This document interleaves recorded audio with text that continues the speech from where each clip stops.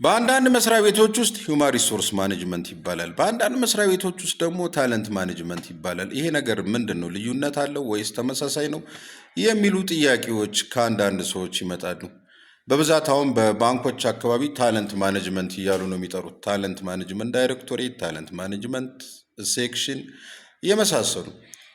በኦፊሰር ደረጃ በባለሙያ ደረጃ ስናየው የታለንት ማኔጅመንት ኦፊሰር፣ ሲኒየር ታለንት ማኔጅመንት ኦፊሰር እያሉ ነው የሚጠሩት።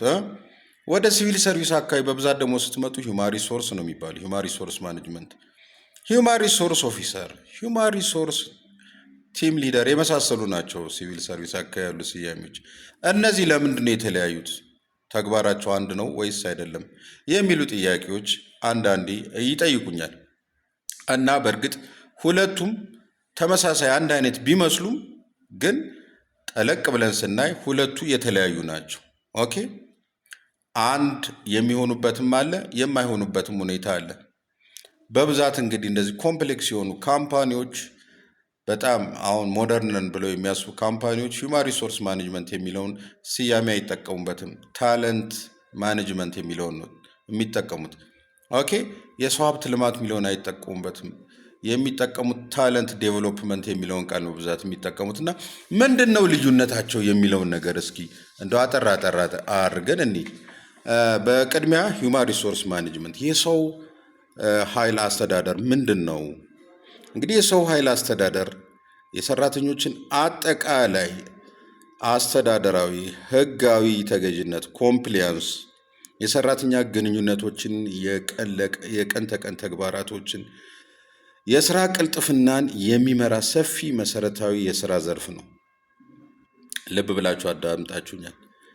ሞር የሚያተኩረው አስተዳደር ህጋዊ ህጎችን ተገዥነታቸውን፣ መመሪያዎች መከበራቸውን፣ የሰራተኞች ግንኙነቶች በመመሪያ መሰረት መሆናቸውን ሞር ፕሮሲጀራል የሆነ ነው።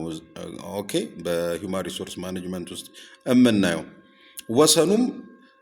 ወሰንም አለው። አስተዳደራዊ ተኮር በቃ አድሚኒስትሬቲቭ ተኮር ነው። አስተዳደራዊ ተኮር ነው። በድርጅቱ ውስጥ የሚገኙ ሁሉም ሰራተኞች ከቅጥር እስከ ስንብት ድረስ ያለው የላይፍ ሳይክላቸው መመሪያና ደንብን የተከተለ ነው ወይ?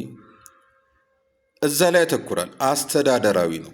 ተግባራቶቹም ደሞዝ መክፈል፣ ጥቅማ ጥቅሞችን ማስተዳደር፣ የሰራተኞችንና የስራ ቦታ ደህንነት ደንቦች ማስከበር፣ አጠቃላይ የሰራተኛ ግንኙነቶችንና አለመግባባቶችን መፍታት፣ መመሪያን ተኮር አድርጎ ማለት ነው።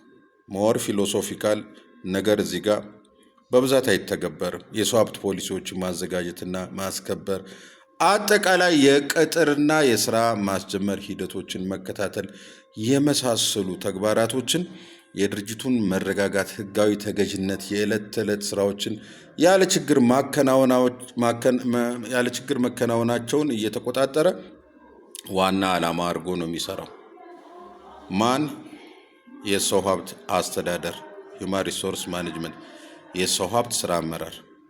ኦኬ፣ ወደ ተሰጥኦ አስተዳደር ስንመጣ ደግሞ ታለንት ማኔጅመንት ወደሚባለው ደግሞ ስንመጣ ታለንት ማኔጅመንት ከሰው ሀብት ስራ አመራር ለየት የሚያደርገው ምን መሰላችሁ? በዲፊኒሽን ደረጃ ስናየው ታለንት ማኔጅመንት እንግዲህ የተሰጥኦ አስተዳደር በአማርኛ ብንተረጉመው ከፍተኛ አፈጻጸም ያላቸውና ትልቅ አቅም ያላቸውን ሰራተኞች በመሳብ በማዳበር በማነቃቃት በድርጅቱ ውስጥ እንዲቆዩ በማድረግ ላይ የሚያተኩር የሰው ሀብት ስራ አመራር ስልታዊ አካል ነው። እንግዲህ የሰው ሀብት ስራ አመራር ስልታዊ አካል የሆነውን ይህንን ሰራተኞችን ከፍተኛ አፈጻጸም ያላቸውን ነው። እዚህ ጋር ልብ በሉ። ከፍተኛ አፈጻጸም ያላቸውን እና ትልቅ አቅም ያላቸውን ሰራተኞችን በመሳብ በማዳበር በማነቃቃት በድርጅቱ ውስጥ እንዲቆዩ በማድረግ ላይ ያተኮረ የሰው ሀብት ስራ አመራር ስልታዊ አካል ነው። የሰው ሀብት ስራ አመራር ስልታዊ አካል ነው ሲባል ይህ ታለንት ማኔጅመንት የሚባለው ስያሜ ራሱን ችሎ በሰው ሀብት ስራ አመራር ውስጥ መሰየም ነበረበት እንዴ ብላችሁ ማሰብ ልትጀምሩ ትችላላችሁ። ግን እንደ እኩል ነው እየተጠቀሙት ያሉት።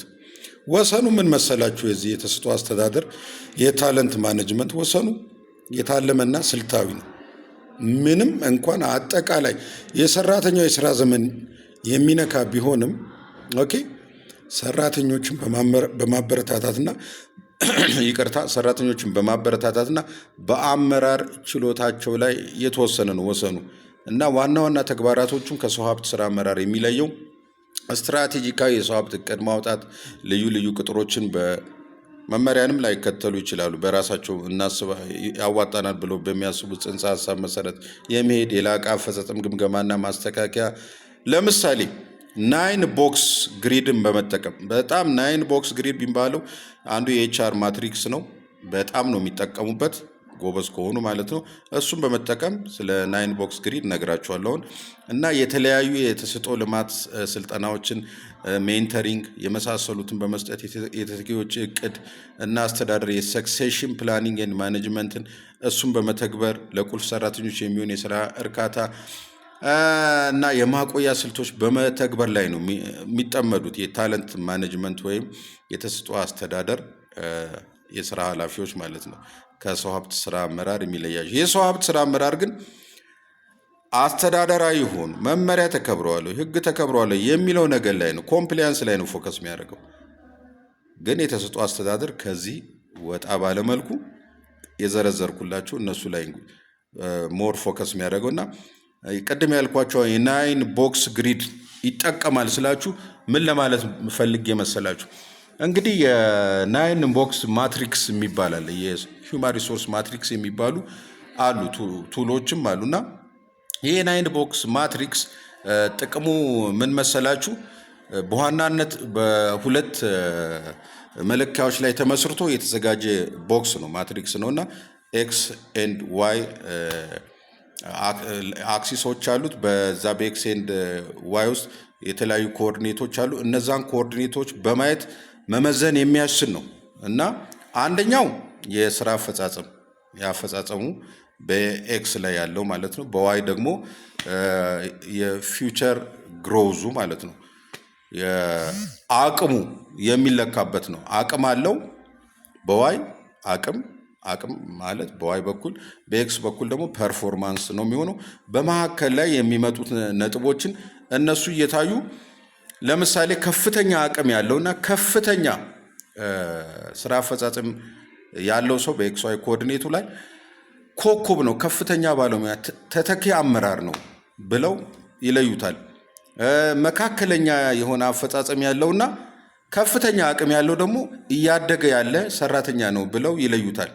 እና የኤክስ ዋይ የ9 ቦክስ ማትሪክስ መዋቅር እንደዚህ ነው የሚሰራውና አንድ ቀን በሱ ላይ ሰፋ አድርገን እናወራለን።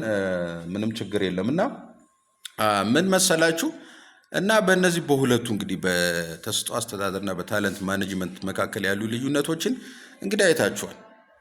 ስለዚህ አንዳንድ ቦታ የሰው ሀብት ስራ አመራር ብለው አንዳንድ ቦታ ደግሞ ታለንት ማኔጅመንት ብለው ዲፓርትመንት የሚሰይሙት እንደዚህ ስኮፑ የተለያየ ነው።